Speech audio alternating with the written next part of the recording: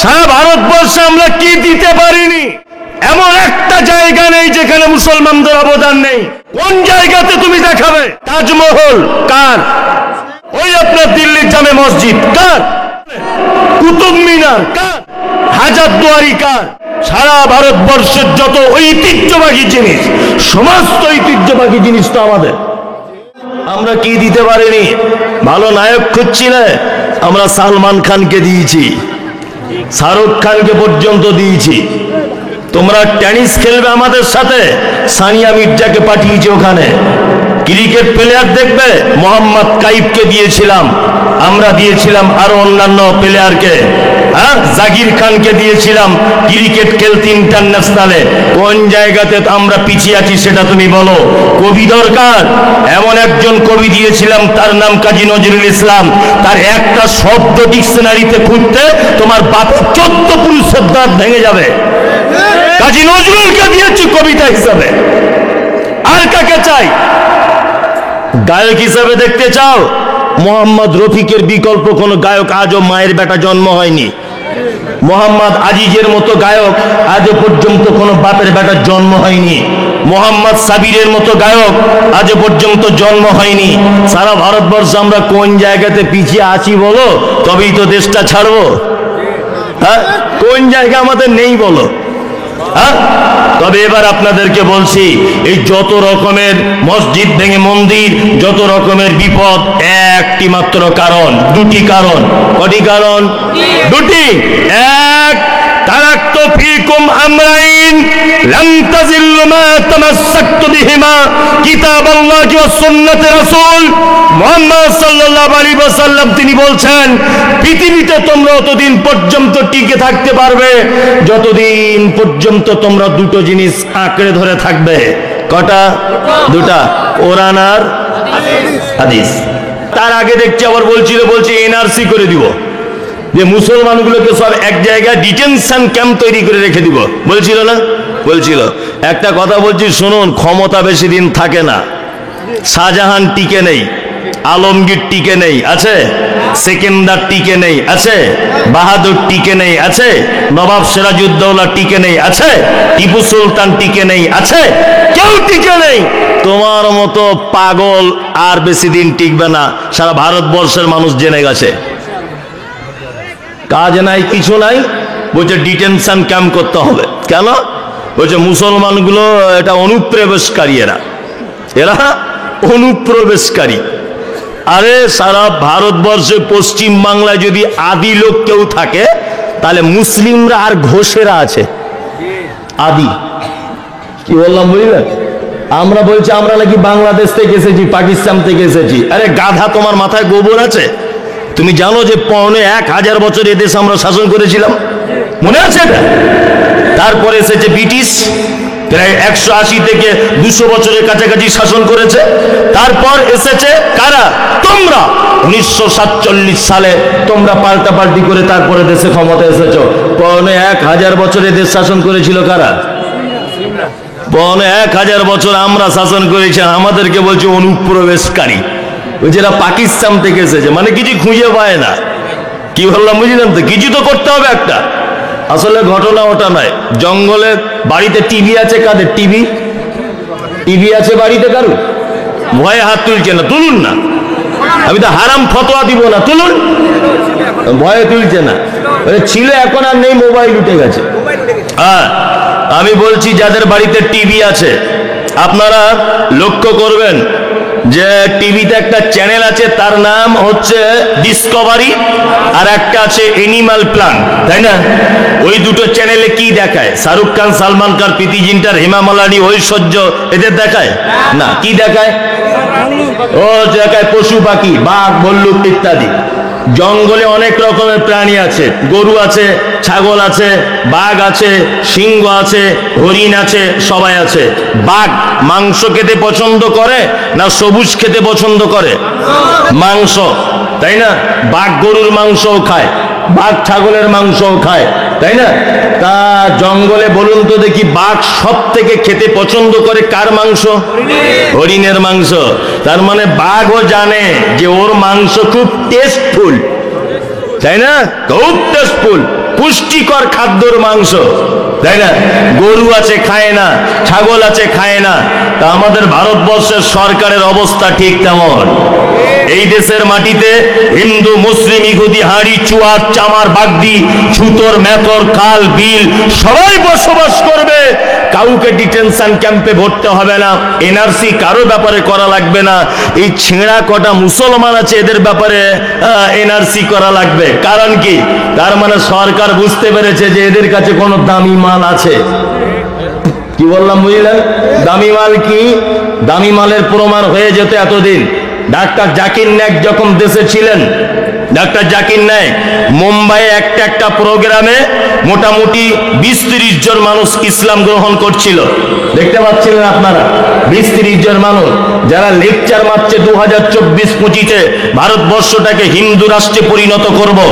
এরা মানে ভয় খেয়ে গেছে যে এই লোকটাকে যদি দেশের মধ্যে রাখা হয় তাহলে মনে হয় সব দাড়ি টুপিওয়ালা মুসলমান হয়ে যাবে। ওই জন্য দেশ থেকে তাড়িয়ে দেওয়া হলো। আর মুসলমানদের কাছে দামি একটা জিনিস আছে, তার নাম পবিত্র আল কোরআন। পুষ্টিকর জিনিস আছে, ওই জন্য এদেরকে আগে দেশ ছাড়া করে দিতে হবে এনআরসি করে। কত রকমের কৌশল, কৌশল নয় কত রকম। তারপরে বলছো না মাসাকিন ও তারজাউনাহা আহাব্বা ইলাইকুম মিনাল্লাহি ওয়া রাসূলিহি ওয়া জিহাদিন ফি সাবিলিহি ফাতারাব্বাসু হাত্তা ইয়াতি আল্লাহু বিআমরিহি আল্লাহু লা ইয়াহদিল কওমাল ফাসিকিন। আল্লাহ বলছে এতক্ষণ যত ভালোবাসার কথা বললাম, সমস্ত ভালোবাসার থেকে 3টে জিনিসকে ভালোবাসা লাগবে। কটা জিনিস? 3টে। এক, আহাব্বা ইলাইকুম মিনাল্লাহি, আল্লাহ বলছে আমাকে ভালোবাসা লাগবে। ওয়া রাসূলিহি, আমার রাসূলকে ভালোবাসা লাগবে। ওয়া জিহাদিন ফি সাবিলিহি, আমার রাস্তায় জিহাদটাকে ভালোবাসা লাগবে।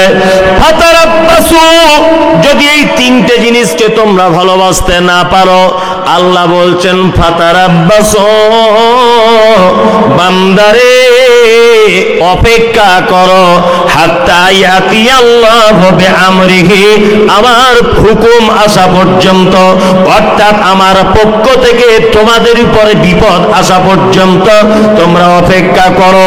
তারপরে আল্লাহ বলছো আল্লাহু লা ইয়াহদিল কওমাল ফাসিকিন, আর ফাসিক কওমদের আমি কখনো হেদায়েত দান করি না।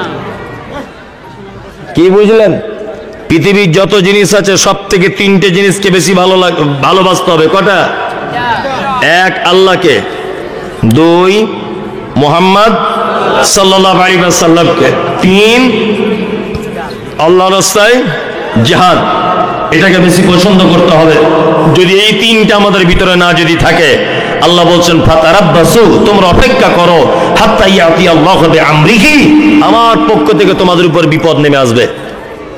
আজকে যত আমাদের মুসলিমদের উপর বিপদ, এতক্ষণ যাবৎ যা বললাম, সমস্ত বিপদের মূল কারণ হচ্ছে এই যে আমাদের ভিতরে না আছে নবীর ভালোবাসা, না আছে আল্লাহর ভালোবাসা, না আছে নামাজ, না আছে রোজা, না আছে যাকাত, আছে শুধু হারাম, পরনিন্দা, গীবত, পরচর্চা, ব্যভিচার, রাহাজানি, খুনোখুনি, আত্মীয়তার সম্পর্ক বিচ্ছিন্ন।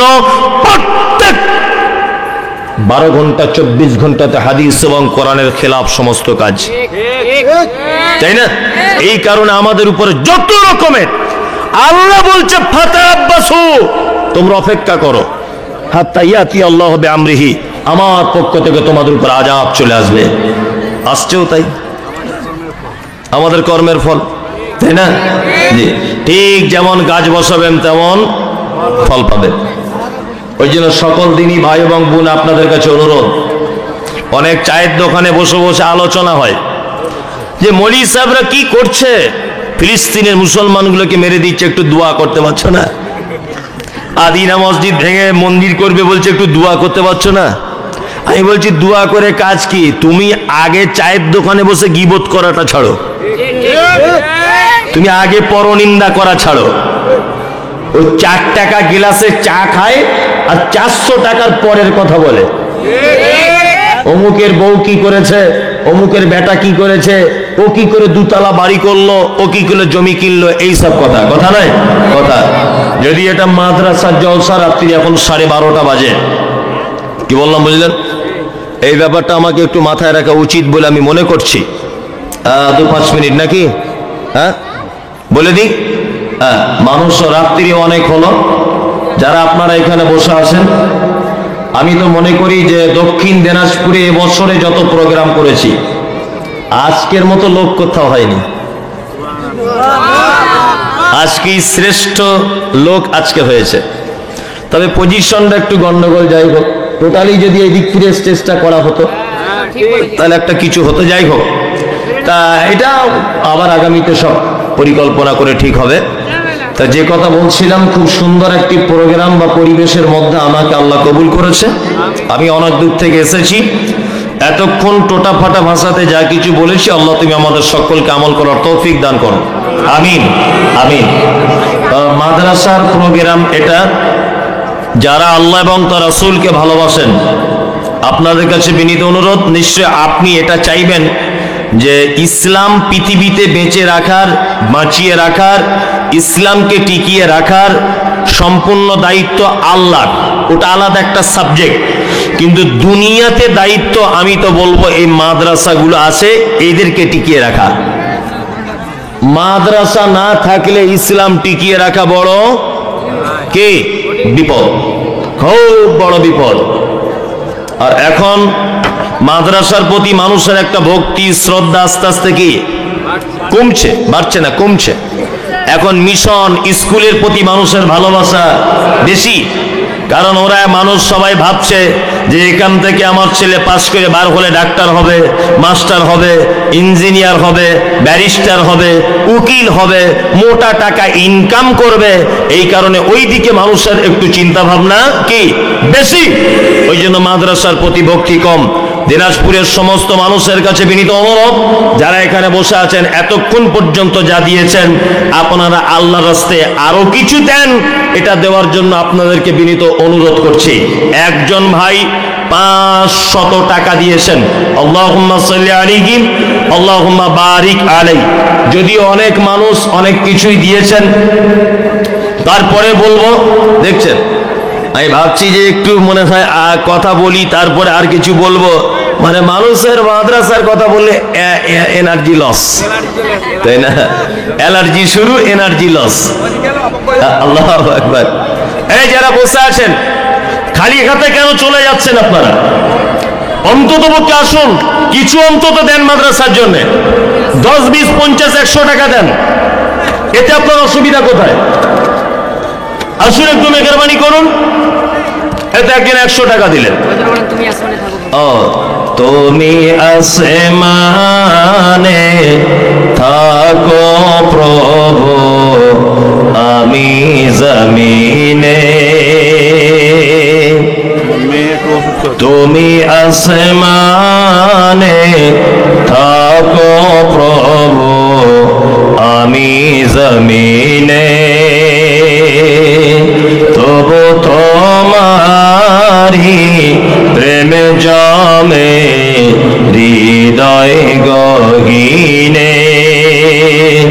আমি তোমারি গোলাম গো, অন্য কারো না। আমি তোমারি গোলাম গো, অন্য কারো না। আলিমুল গায়ব তুমি, মালিকে রব্বানা। আল্লাহু আল্লাহু আল্লাহু আল্লাহ। তোমারি রহম ছাড়া বাঁচা বড় দায়। কঠিন দিনে কঠিন ক্ষণে বাঁচিয়ে রাখো গো আমায়।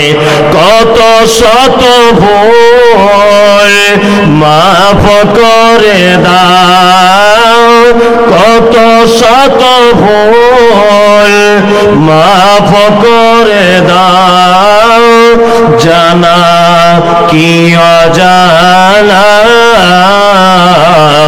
আমি তোমারি গোলাম গো অন্য কারণ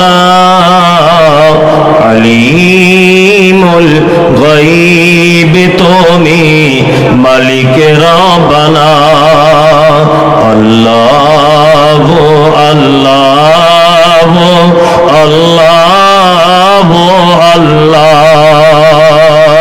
তুমি আসমানে থাকো প্রভু আমি জমিনে তুমি আসমানে থাকো প্রভু আমি জমিনে তবু তোমারি প্রেম জমে হৃদয় গহীনে আমি তোমারি গোলাম গো অন্য কারণ আলিমুল গায়ব তুমি মালিক রব্বানা কেউ দিবে না সেক্রেটারি সাহেব 10,000 ও সেক্রেটারি সাহেব 10,000 আরো দাবি সেক্রেটারি আপনি ওয়ালাইকুম আসসালাম 10,000 টাকা দিলেন উনি হ্যাঁ